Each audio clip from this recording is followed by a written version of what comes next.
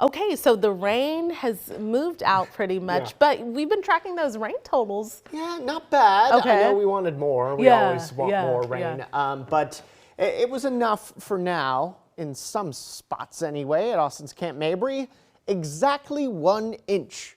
Georgetown just a little under. Kyle 1 1/3 inches. Johnson City almost 1.5 inches. Almost 2 inches in Fredericksburg.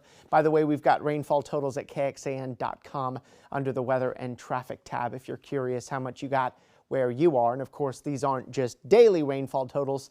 This is adding up about 2.5 days worth of rain. That rain is now pulling away as the upper level low moves away. So that's why we've been able to dry out here during the late afternoon and into the evening. However, here comes the fog and low clouds to start your Saturday morning. There could even be some areas of drizzle too, but by midday and into the afternoon, the sun is out. Tomorrow afternoon should be warm, also a little humid too, but dry.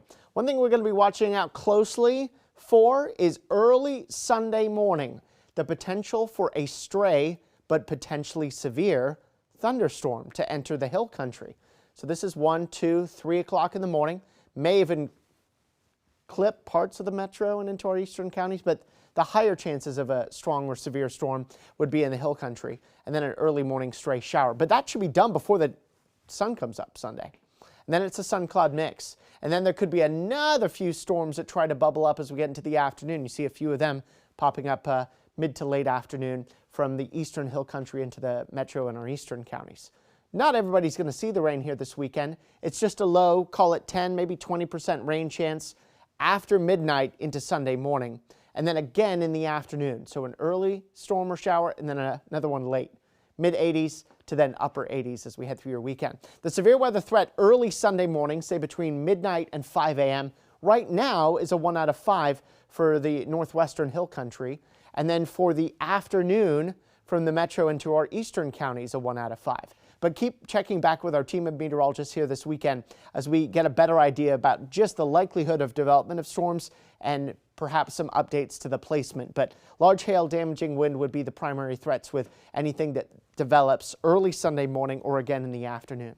So our area of low pressure that's been responsible for our wet pattern moves on. We'll be watching this dipping trough setting up northwest of us. That'll be pulling in moisture from the southwest as we head through next week. That's going to mean rain and storm chances start to bubble back up again beginning Wednesday, again on Thursday, and then again potentially on Friday.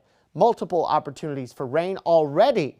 Parts of Milam County highlighted for potentially some additional severe weather here on Wednesday. Here's a look at our first warning weather 7-day forecast. So just that 10% but potentially severe storm chance early and late on Sunday. Monday, after a cold front, we cool down a little bit, upper 70s with sun-scattered clouds, but back into the 80s Tuesday, upper 80s Wednesday with a 10% storm or shower chance, and then 20% chances Thursday and Friday as we stay warm.